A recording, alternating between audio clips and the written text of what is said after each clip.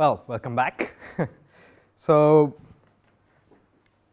the subject is the past of technology. How really did what we today know as technology, which is surrounding us, actually take its birth? How did it come up? How did it develop? And what are the stages that have, passed in the maturity of these different technologies? And how do they relate to what we ourselves have developed in the meantime? So, one thing to understand is that the view today of technology as a utility was not always the case in the past. The idea of utility came much more at the turn of the 18th and the 19th centuries, because the ideas of utility, the utilitarian philosophy, took root in the western part of the world, and when that kind of spread to all corners of the world, it was only then that mankind as a whole started looking at things purely in terms of utility. Oh, what can I use this for? How does this work? And how can I put it to use? It's all out there, and I'm going to just use it. That attitude is a very recent one. So this is something you have to keep in mind when looking at technology in the past, because the tendency always will be to take a look at anything and say, oh yeah, they just did this because it can be used for this, and they did that so that it can be used for that. So the moment we catch ourselves doing that, we have to stop it and say, okay, could they have other motivations for doing whatever they were doing? Was it all a matter of utility, or was there something else? And another different quality of technology, so to speak, was all of a device is currently seen to be in the hands of the maker. Say, if I make a clock, or if I make something to saw something in sharply, or any sort of device, a knife or anything, the conditions and the materials and the way I process it, everything is decided by basically the person who's doing it.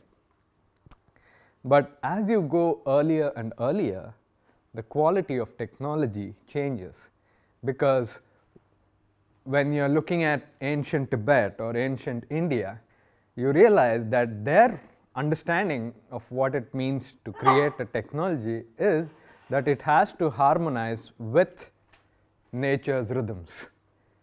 So the makers of technology provide half of it. Nature provides the other half of the working. For instance, some of the old Tibetan rituals where technology is said to be used were only done during the full moon time.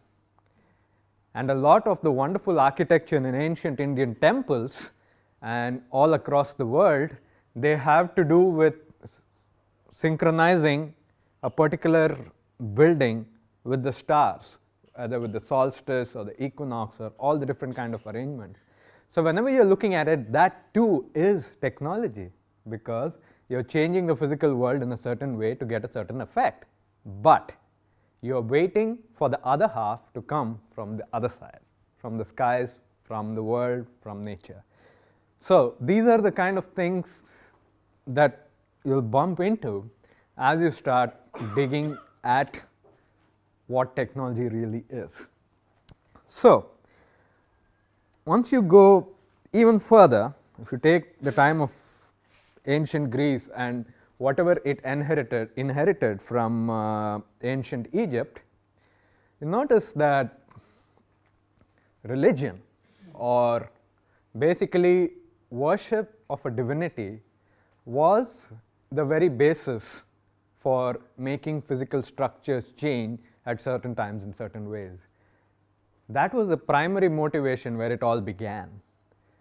For example, when you look at, like I said, the architecture, it's in several South Indian temples, you have the fact that on one particular day, the orientation of the windows and the reflections of light are such that when the sun rises, the light comes straight onto the idol.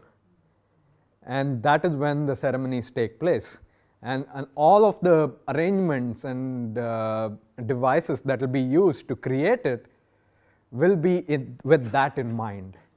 Or, in a different sense, some of the older temples have echo chambers. Echo chambers in the sense when the priest is sitting over there and he is chanting his mantras, everybody can hear it as if he was sitting right next to them. And the reason being, the technology of building was keeping the centrality of the divine worship as the primary thing and building things around it. So one of the first people who we, in the modern sense, would call a person who is very much into technology was Heron of Alexandria. Heron of Alexandria, Heron. He was a pioneer in building several devices, and I will describe to you how his attempts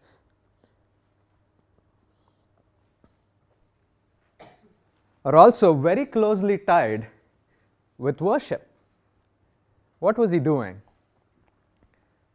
On the left side is your altar. And of course, before the worship of any god takes place, the altar is lit with the fire. And what would happen is, because of the fire, that fire will help to, go into this particular chamber which has water, and some of it gets converted to steam, which will push some portion of it up, and that would push some of the water into this bucket, and the bucket would grow heavy, and the bucket would start going down, and because of these little ropes and the balancing weight over there, the door would open. So the priest lights the fire, and welcome to the temple.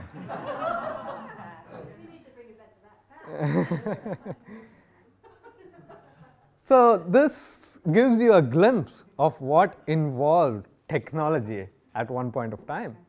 It was very, very, very centered on worship or the relationship to the divine. And this was not all. This is not the only thing we can take away from this.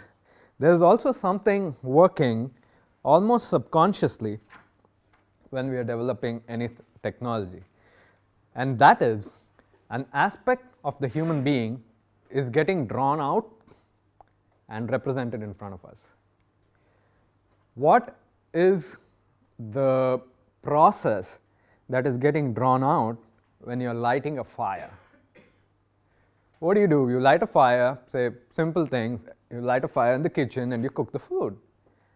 And once you eat the food, your body continues what you just did out there.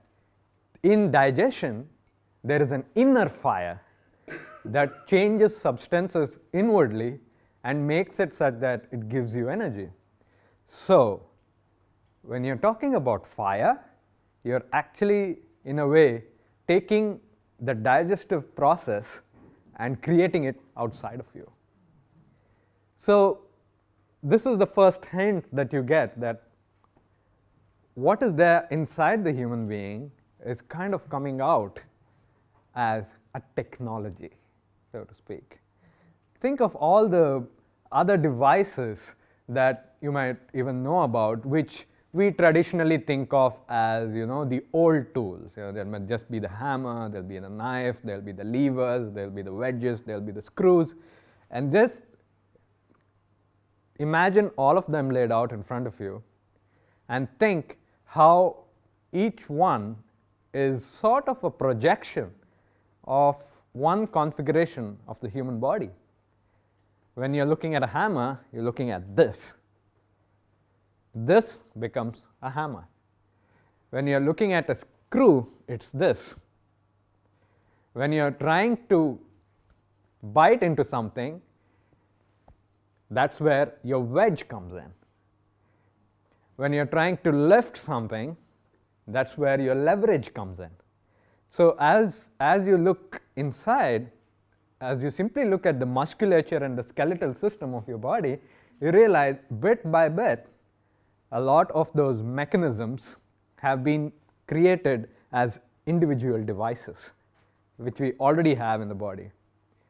Now this is not to say that people would actually think, oh, okay, I need something that works like a tooth and made it. No, they made it, and after the fact you realize it has just arose out of their internal world and it has become a technology. So with this example of fire, which creates some movement so that a door opens, you can take that a step forward and see what else was built in ancient Greece. And here you'll see that these are some of the other devices that came out in that time period. The top one is very interesting because that is the precursor to the steam engine. So what Heron did was something quite similar to what happens in the previous example, but it's more focused here.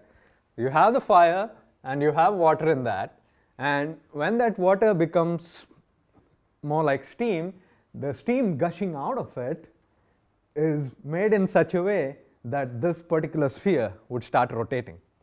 So you light a fire and you start rotating something, right? It creates a wheel motion from the fire itself. And how does a wheel relate to us?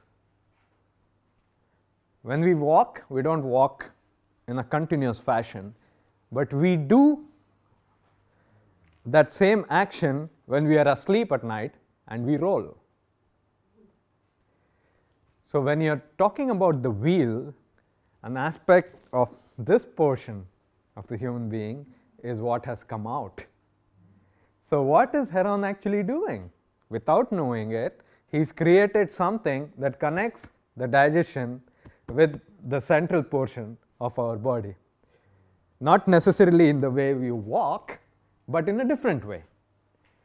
These are still not maybe very clear, but these are indications that it's worth following through, and I'll show you where they lead. Over here you have one of the first odometers. Once the wheel comes out, here you have a series of gears and screws which transport the movement so that after a particular time, a little ball drops out. So you see, observe here, basically a transfer of motion using wheels is what creates the first odometer, and all you have to do is figure out how long you have traveled is count the number of balls that have been pulled out at the bottom. Odometer, yeah. And over there you have the catapult, actually used as a war machine, but when you think about throwing something, you actually use the elasticity of your arm to fling it. And this gets derived into a more physical form in these kind of technologies. So in a nutshell, the more ancient the technology is, the more it tends to be related to the limb metabolic system of the body. It's the metabolic limb system that first got drawn out, projected outwards into technology. And then, only then, gradually you see the other forms coming in. So, for instance, as you move on, you have another famous device of ancient Greece that uses only wheels. I'm not sure if you've heard of this. Off the coast of Antarctica, which was near Greece, is a small island near Greece, they found shipwreck, and in that shipwreck they found that particular device. They had no idea what it did. It actually required 2 or 3 decades of serious work in order to decode what this device actually did. It required high computing power and a large number of teams to realize that this was probably one of the most sophisticated computing sort of devices of the ancient world. And it had this many layers of gears. Each one is a gear. And when you may not be able to see it, but the small numbers that are written down there is the number of teeth each gear has. And when this system is set rotating from the outside, it will provide you all the data about the calendar, about the eclipse cycle, about the 19-year lunar cycle, about the moon's phases, the sun's position, the moon's position, the position of all the different planets. So here you notice that something else is happening in your wheel. The wheel is not only related to the central part of the person, it's also related to the movement of the stars. The movement of the stars is materialized in the structure of a wheel, and interlinked movements of the stars is materialized in interlinked gears. So whatever in the ancient world of the Chaldean, Egyptian astronomical time, when it came down to the time of Greece, it actually was developed enough for all of that to be expressed as a machine. And till today, to replicate it, it cost over $1 million in order to machine it, in order to get the parts to work the way they should work, in order to develop the precision, because when you have that many number of gears, even if one gear is slightly off, your mechanism will jam. So you're talking not only the presence of a wheel and gears, but you're also talking skill levels which would still not reach today, and this was already available at that time. So technology as utility is one thing, but technology that is inspired from religious or sacred rituals is not to be underestimated. In fact, the amount of inspiration people derived from something like this may even be several orders of magnitude more than what you can do just based on utility. And this is a prime example of something like that. So the wheels within wheels system first started to come in with regard to time. All right?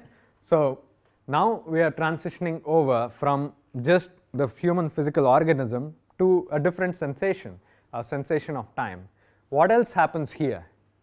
This is where our heart is. This is where our heart beats, and in its beating, we have our first measure of time. And it is something that's unique to each one of us, but still it's common to all of us. And this feeling of time is what gets developed as we move on. Keeping time as the fundamental question here, something else interesting happens when you look at ancient devices. This from the Karnak bowl, which came from Phoenician times, or basically the Egypt to Chaldean times. What was special about it is that this is a clock. Clepsydra means water clock. Water clock, yep. So before looking at gears and wheels, in the age previous to that, they looked at time as a flow. And not only did they look at time as a flow, the devices reflected it. The devices treated time as a flow. Now, The clepsydra, it might be simple enough. All you need to do is you have this kind of big vessel, and there's a hole in it somewhere. It's not seen on this one, but there's a hole on it on the side. Fill it up with water, and for every period of time that you want to mark off, you mark off on the outside of the little bucket, and that will tell you how much time has passed because the water is continuously leaking out. And all of this was technology of the time, of time.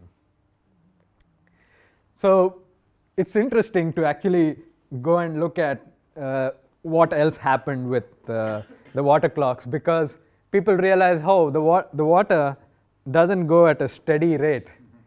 It creates a problem. So then they started clumping several different water mechanisms, one after the other, so that water would go into one bucket and come out into the other bucket, which is not as empty as the first one. There's a bigger one, and then that comes out. So in a nutshell, they used a series of different water bottles and the water flowing through all of them to create a sensation of time. And this clearly tells you that what we have as a clock is very different from what they had as a clock, not simply because of utility, but also the sensation of time was different. The feeling of time was different. It was still felt as something that flowed. But when you move on, as you come to the 14th century, you finally have the clock as we kind of see it today. They came in two versions. Two of the versions, one of them, and funnily enough, it came in two versions at roughly the same time between the 12th and the 14th centuries. One of them is the hourglass with sand, and the other one is the mechanism over there, which I'll describe in a minute. Now, what's important over here is, in this era, a big change happened, and instead of looking at water as an analog of time, the ticking, the mechanical ticking of time was given more importance. Not only that, we changed from a technology based on liquid to a technology based on solid. So here, for the first time, you either have sand or you have a weight.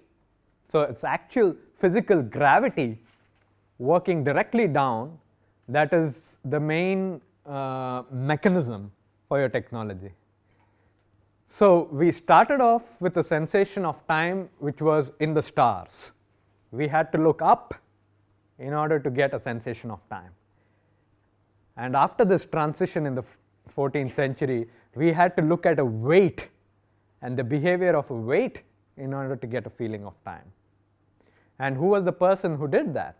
The person who was extremely crucial in order to get that whole process to happen was Galileo Galilei.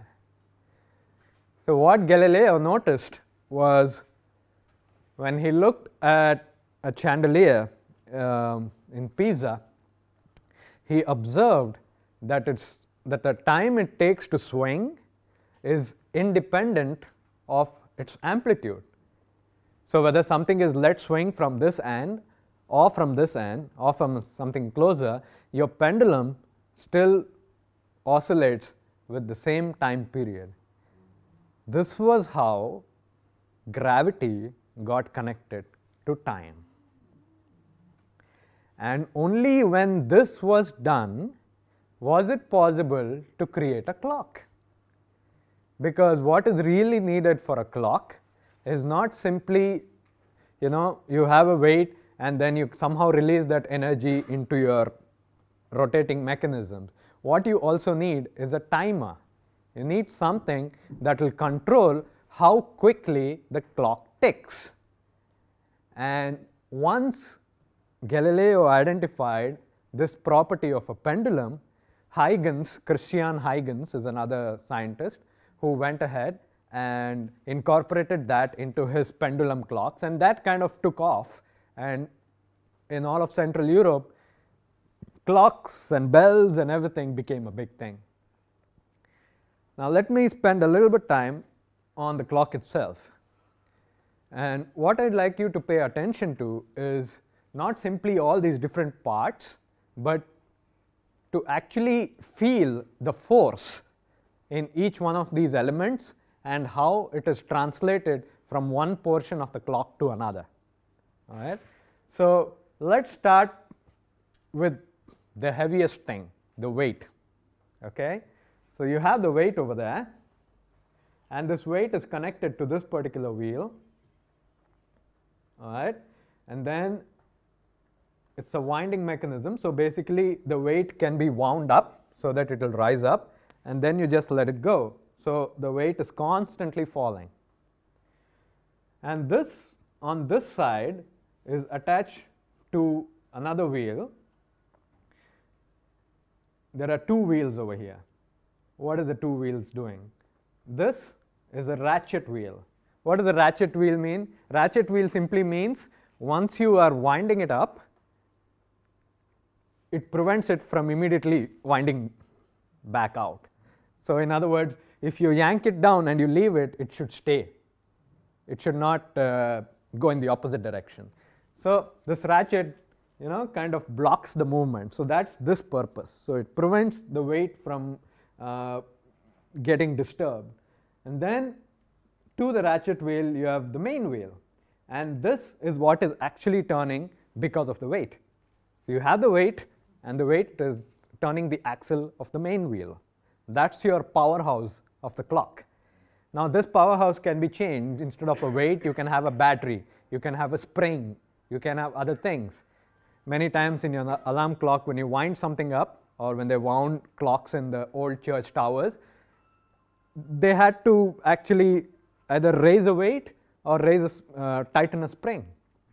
So this part is where the heart of the mechanism actually lies. And then when you take this one, it is transferred over to the center wheel through this gear.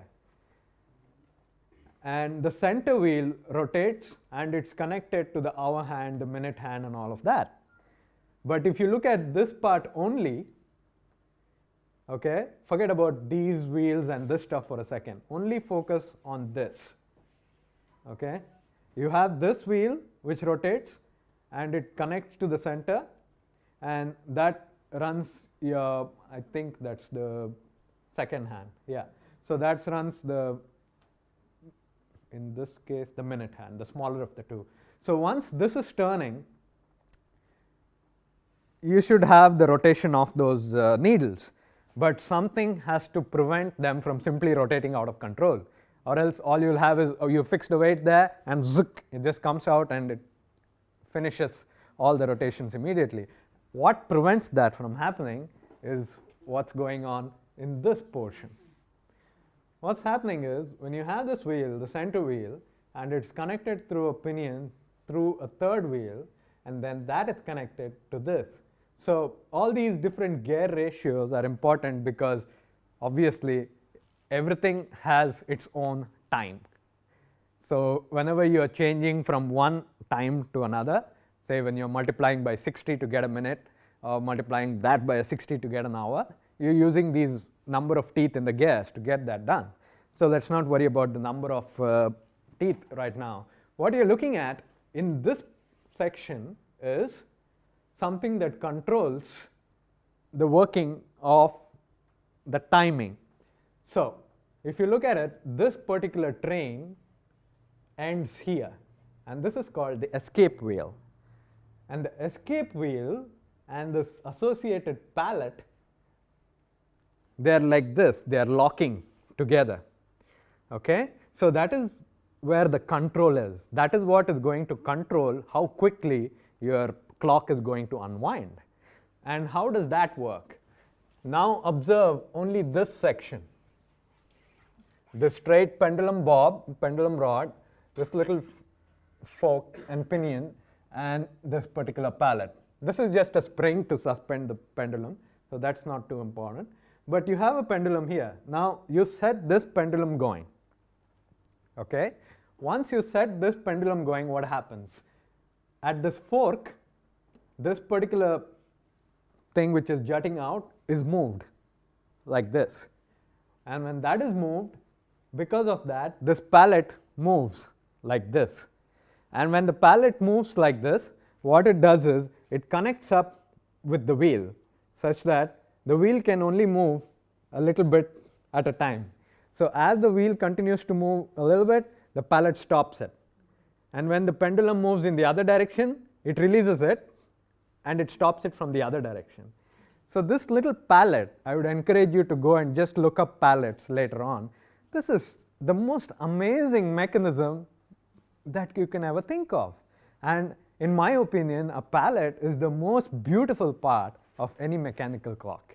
It's truly beautiful because, number one, there's a great variety in them. And because it has such an unusual function, it's not simply a rotation, it's not simply a translation, it's a timer.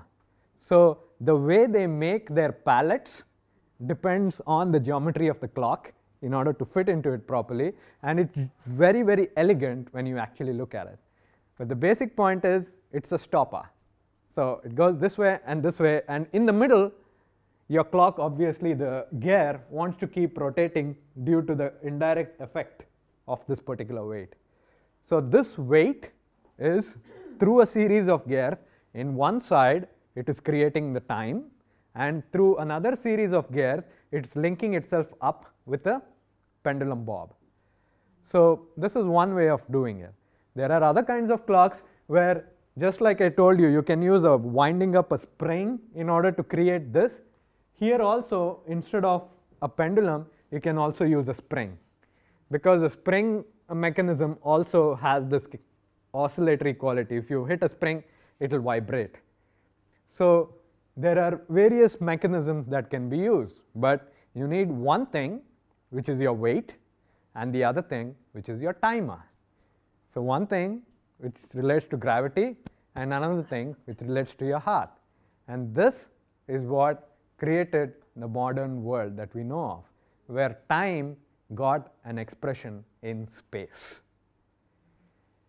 Truly, this is the beginning of modern technology, where time gets an expression in space.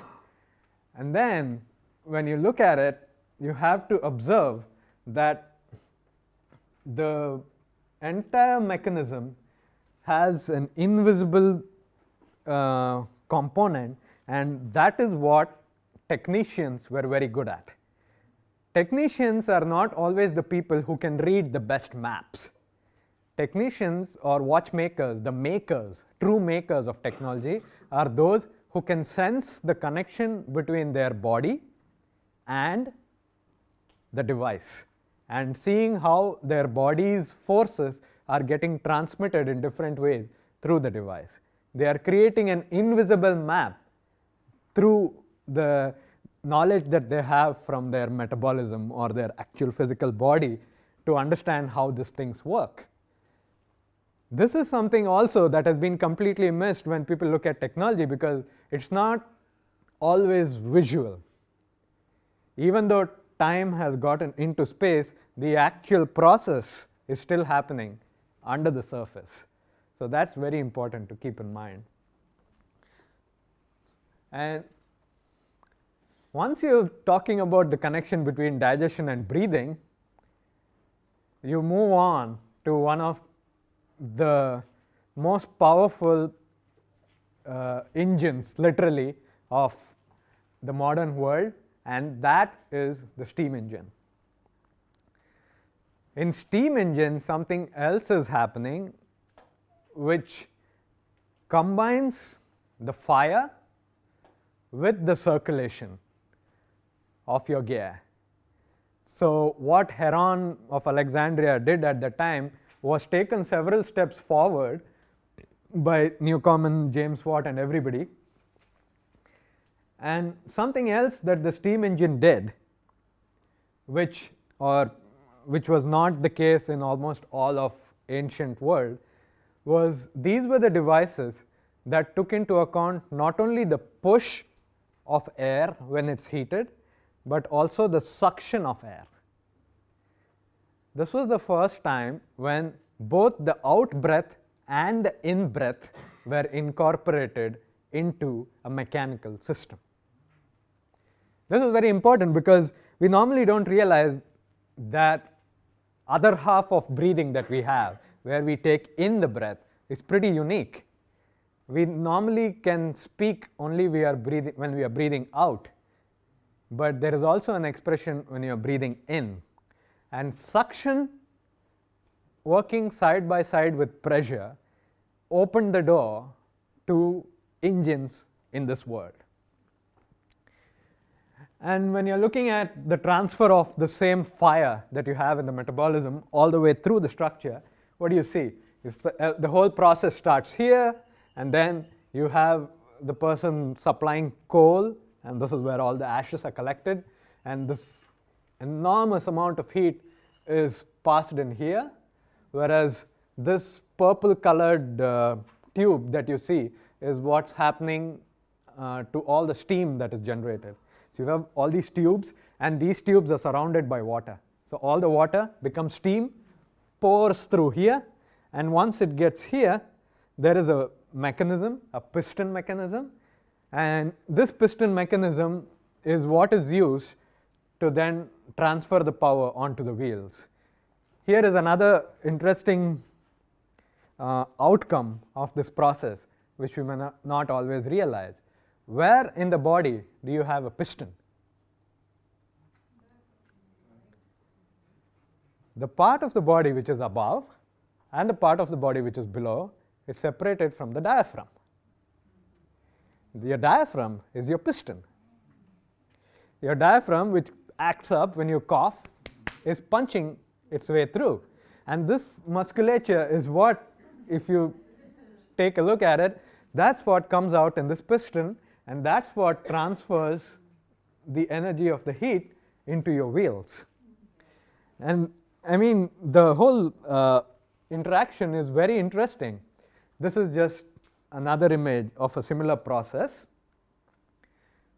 Over here, the hot steam is coming in, and what happens is this pushes it. And when this pushes, this turns this giant wheel. I'll tell you why we have a giant wheel over there in a second. Once it turns this, you realize that this rod also has another tube that controls this particular opening. So when the piston is pushed on the other way, this one moves this way. And when the piston is coming this way, this one moves the other way. So what is this doing? This is actually controlling where the excess air will go. So you don't want, as the steam comes in, for the steam to go out, right? You want to make sure that it goes into this structure. And then only once it's done its job, then can it exit out of this region. So this little device, which is connected to this, does an open and close depending on whether the piston is pushing or getting pulled back, pushing or getting pulled back. And why do we have this giant wheel? The reason is, whenever you have a piston, remember the piston is linear, it's going this way, and you're trying to convert it into something circular. So there will be a lot of jerks which come up, simply because they are two incompatible movements. A circle is very different from a straight line. So in order to balance out those incompatible movements, this huge and heavy wheel is put in to kind of modulate and to get rid of the crazy vibrations that come out of the system. So it's a kind of stabilizer. So this is what powered through the Industrial Revolution. The power of the internal breathing mechanism connected to an actual wheel motion outside is the very power of the industrial age. So when you look at the old mills of whether it is the weaving mills or other factories, and if you actually go and look up those pictures on the web or anywhere about industrial era, industrial technology, that's the most common image that you will see have this huge wheel that's immense in size, and then that huge wheel is then connected to all sorts of different things, all sorts of machines, all sorts of mills, which then run the entire factory. So with the introduction of your wheel and the steam engine, you have also gotten the introduction of the factory. So now you're seeing that the progress of technology is going from the bottom up, up, up, up, up, and it's come up till here. Now we have to observe what happens as we move further up.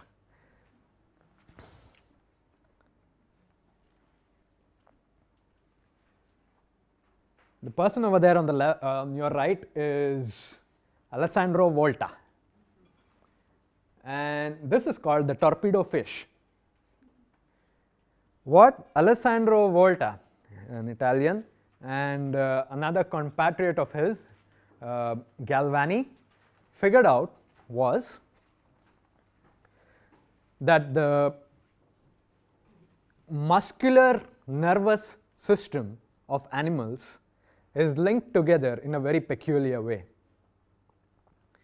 where a disturbance in the nervous system causes a movement or stimulates a movement. So they figured out that the nerve is connected to the muscle through a particular action. This was the birth of electricity. And what did Volta figure out? Volta figured out that the very structure of the nervous system of this torpedo fish, what it did was inside it had a series of plates, alternating plates of different material. And what it delivers when it is scared is an electric shock, also called an electric ray. So this fish carries something in its nervous system that doesn't simply stay inside the nervous system, it also reaches outside. So with this discovery of the relation between the muscle and the nerve, you have finally transitioned from the middle part of the human being to the upper part. What distinguishes the upper part from the middle part? The predominant functions that happen in the upper part of the human being with the head is the nervous system. Sure enough, after the industrial era, you have the nervous system connection coming out. So all these developments now have a pattern, and you can observe step by step how the pattern is coming out, because one of the major drawbacks of regular education is the technology's development is just taught as if it just happened out of the blue, with no particular relation to anything else in our life.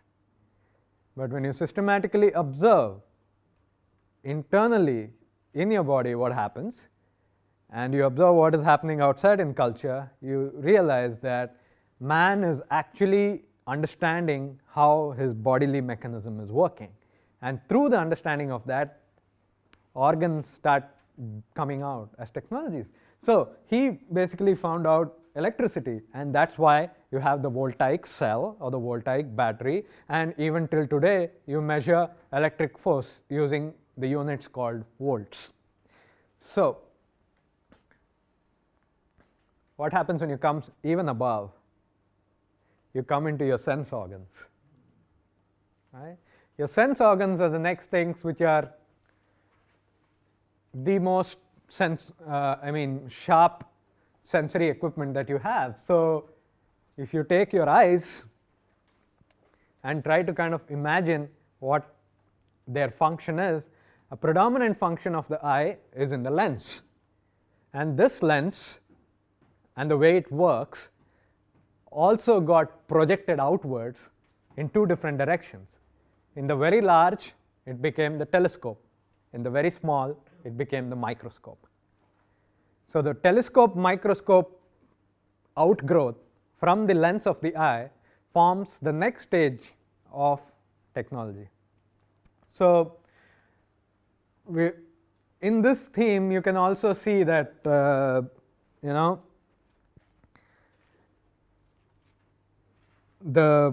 relationship between the sense organs and, let me come to that in a second. The relationship between sense organs and outward technology is bound to have an effect on the physiology of the person as well, because normally we may not observe how our movement changes, how our stance changes, how our metabolism changes, but we can always observe how our eyesight changes, how our sense organs change, because they are the first things that we observe.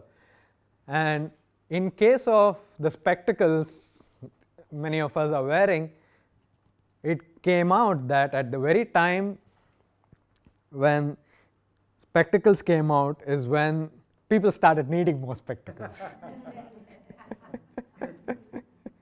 It's kind of amazing, and the reason why that happened was because something else that came into place at the same time: books. Right? So for the first time, when Gutenberg kind of took all the all the available knowledge of the time to try to figure out a way to imprint permanently on a piece of paper the marks of the letters, the Gutenberg Bible was printed. And even though printing as an art was already practiced in ancient China, something else was different when Gutenberg came along. And that was the invention of the movable type. Interestingly, also, this gives an opportunity to see how the different substances which exist in the world are used in technologies also due to an inner meaning. What was used in the movable type was the element of lead. And you all know that lead is an element which is one of the heaviest. It is the one which is the hardest to penetrate, the one that actually puts up a wall to all kinds of different radiations. The lead is one of the most opaque element that there is. And this lead started leaving its mark on our paper from the time of Gutenberg. And once you had this mass production of books beginning, that again swept through civilization in a way only we can compare with the sweep of the internet today. Those who had no access to knowledge that was only with the priests suddenly had all the access to it. Even the way we wrote words changed after that. A lot of people might not know that in the early time periods when writing was developed, it had no punctuation. Writing had no punctuation. It was a series of letters written continuously. And because it was written like that, people actually could not read. They had to exclaim it out aloud. That was why the monks needed their cloisters. They had to be isolated from everybody, and they had to be able to read loudly. And when one of the monks, one of the saints, started reading silently, he was seen to be an odd man among his circle of friends. This person is really peculiar. He doesn't even open his mouth when he's reading. That's where we came from, unbelievably enough. And today we have "please don't make any noise" in all the libraries. It's a complete turnaround, because what happened is, what was earlier happening outside in human exchanges could now be transferred into the inside. Speech as a function is mostly for communication. It is interesting that for several centuries, reading involved speaking into nowhere. But then reading, once it actually made it possible to enter inside, that is when this particular technology started shaping our brains. In other words, it first started putting the foundation for us to start having our own independent, clear thoughts with our own strength, without dissipating anything to the environment. So on the one hand, this mass printing system created a huge amount of literature. At the time, all the people who are well respected, high positions in the church, they would exclaim in despair that this printing technology has brought us more harm than good. It caused so much mischief because so many things are getting printed that we haven't written in the past several centuries. They felt that right then. But at the same time, it also gave the opportunity for thought processes to develop in the mind. So this technology, the way it shaped us, is really one of the foundations of our modern consciousness. So you have started, coming more and more in the upper part of the person as you come to this point, and something else that happened at the same time, still in analogy with the upper part of the human being, is your weaving machines. The weaving machines were also developed, and they were hooked up to those gigantic steam engines that I was showing you guys. And through this kind of combination, clothes, which took a lot of time, which took a lot of art and a lot of skill, suddenly became mass produced. And what happened in that process? If you think about it, whenever you're formulating a thought process, you actually have to weave the different threads of thought to make a particular argument. And those who are familiar with Waldorf education will know that those children who spend time weaving or making things with their hands really enhance their mental capacity at a later time, because now the brain reflects what you have done with the body. So the mind or the brain apparatus is able to weave along with the thoughts in order to better carry the thought process.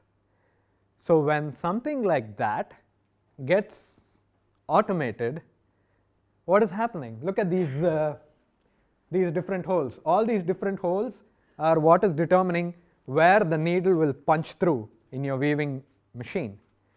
And as it punches through different holes, different patterns emerge. So when you look at it, that little block with those little holes in them, that's your first computer program. This is the introduction of programming. And right here, it will help you get to the very heart of it by looking at how it actually developed. So the weaving of thoughts, which could change with the person, which could change with the capacity, which could change with the skill, becomes crystallized in a material structure. And with the weaving machine, you have a whole series of developments taking off, which lead from there to the modern age of computing. So taking a step back and looking at the journey, we started off with the way the metabolism works and how that is put out in terms of technologies. First, you look only at the limbs, the different functions, squeezing, pushing, snapping, cutting, all of these things, each becoming a different device. And then once you go into the interior metabolic system, the fire, the discovery of fire, which is one of the biggest discoveries, the Promethean discovery of technology by the human race, starts with fire, where something that happens inside us gets transferred outside. Elementary uses are cooking, but then later on, once it gets hooked to the center part of the human being, you start getting into the creation of engines. You also notice that the motivation for the technologies changes with time.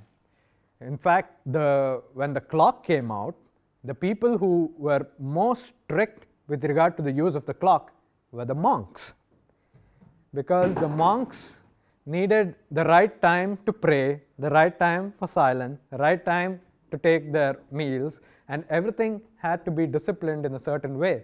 And with the entry of the clock, it really altered our society completely by making us aware of minutes and seconds which we were not aware of for centuries. So this device reconfigured our own internal world in a fundamental way. And so as we move ahead with technologies, you notice how the things outside start changing the things inside. Moving on, you look at the connection between the nervous system and the lower muscular system and the discovery of electricity. And with the discovery of electricity and its connection with the limb system, you have the discovery of the electric motor, which I didn't go into. This is what Faraday discovered. So that's a whole series of inventions, a whole series of technologies came out between electricity and the limb system, the muscular system. So once you bypass the neuromuscular system, you come to your sense organs. And once you're looking at the sense organs, there is a way to, the best sense organ to project out is the eye. And that's what came into practice. An interesting little side note on this is that until the 14th century, in all the artwork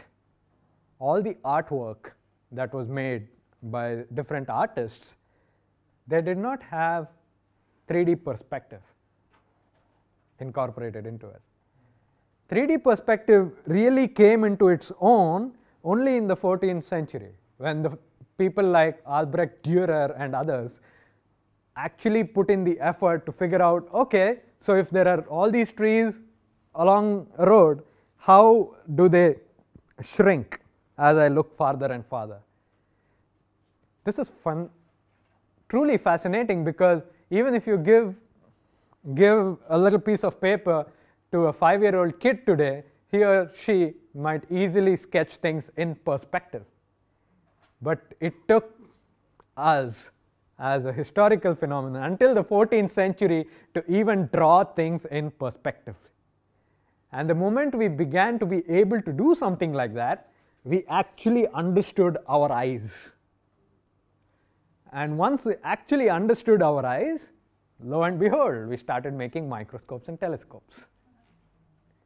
So again, one step by step, we have moved forward to kind of look at how technology comes out of the human being. And now we are at a very important junction, because as far as our physical organism is concerned, you have the limb system, you have the rhythmic system, you have the nervous system, and then you're out of systems. There is nothing else. I mean, essentially, there is not much else that you can outsource as organs, because we have swept over the entire human body in our history. So from this point on, you are now looking not at the visible body, but now you have to look at the parts of the human being that are invisible to identify where technology is moving. So, with or without our permission, with or without our consent, technology today is standing at a stage where it has already taken into account the invisible parts of the human being. It started back in the day with that little weaving machine, and this was over 150 years ago. And in the past 150 years, we have actually crossed the threshold of the human body and moved into the other bodies of the human being. So this kind of completes the entire cycle of technological development. And the one kind of parting thought for this whole process that I'd like to put out there is this little phrase which says, to the guy with a hammer, everything looks like a nail. What has happened in all this development is, the moment we threw out all these things as technologies, many philosophers, scientists, and people who are in the intellectual realm, they have started using those analogies in their philosophies. So once the clock got constructed, Descartes could come and say, we live in a clockwork universe. Before that, how would you even know what it meant? So once the technology comes out, that starts shaping the worldview. The guy with the hammer, everything looks like a nail. And once you move on to the 19th century, it's fascinating. Because in the 19th century, people were completely convinced that everything in their body worked like the technologies that they have just put out. So rather than realizing, hold on, I have removed one aspect of the internal human body and incorporated it into technology, rather it became reverted. You're looking at it in a mirror and you're thinking, so that means our brain works like a telegraph system. That means lungs and digestion works like a steam engine. That means everything inside works like a factory. And this is where the head person sits. And this is all the different organs which go into the factory. The view of the world changed once factories came into place, when people started looking at a human body as a factory. Just like you put coal into your steam engine, you put food into your mouth.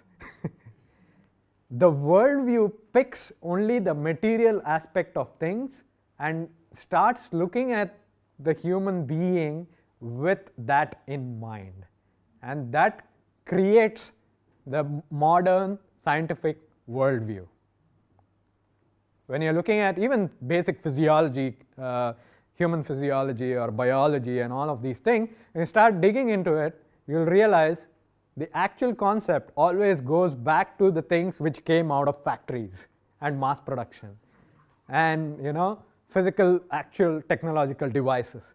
Even when they're talking about proteins and how one protein interacts with another protein, they're using language like the lock and key mechanism. Everywhere we want a mechanism. Why? Because we have built machines. To those who have built machines, everything is a mechanism. So this is extremely, extremely important to keep in mind, because this is the other half, where once you have created a technology, the technology now, if you are unaware of it, starts creating parts of you or start changing how you look at yourself. And if this aspect of technology remains unconscious, then what you have is a whole series of problems, because you may actually identify yourself as nothing much than a big battery with a few limbs. And this kind of language actually went on quite a bit, especially in the 1960s with the whole space race thing and this and that. In the top scientists would say, oh, the human body is nothing but 150 pounds of this much carbon, this much hydrogen, this much this much that, and it just automated in a certain way. Why? Because they just started to do automation. So the subtleties or the capacities that we lose are basically a consequence of this particular process. Because when something is taken from inside and put out, and then you take a look at that thing and you think that is what is inside you, you're missing something. And what you miss are those capacities which you didn't originally take out. And if you're not aware of those capacities, not aware that such capacities can exist, then there is no way of ever strengthening them, no way of ever offsetting the effect that the technology has on us. One interesting event happened in the life of Friedrich Nietzsche. Nietzsche, the philosopher, He wrote a lot. He first got his hands on a typewriter. He got his hands on a typewriter and started using that to write his philosophical works. And some of his closest associates started noticing that the kind of sentences Nietzsche was using was changing. He was no longer as fluid, and he was no longer taking those huge jumps of insight that he used to take before that. His whole method of writing became a little bit more staccato.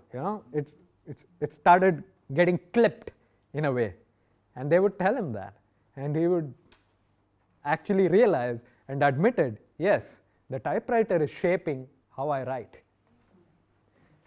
So and thankfully, because he is a philosopher, he paid a lot of attention to his thoughts and he was able to observe it. But if you're not generally a philosopher, you may tend to miss it, and that is what we are here to do today, to try to understand that there will be some things like this which we are all habitually missing. And it is extremely important to talk about technology going further, that we at least try to imagine in each particular case, what is it that we are missing? What are we assuming? Which part of the external technological world are we automatically assuming to be true with regard to ourselves? And then filter those things out. And what is left after filtering them out is what we have left to work with. So with that, I come to the end of this particular talk. Thank you all for your attention.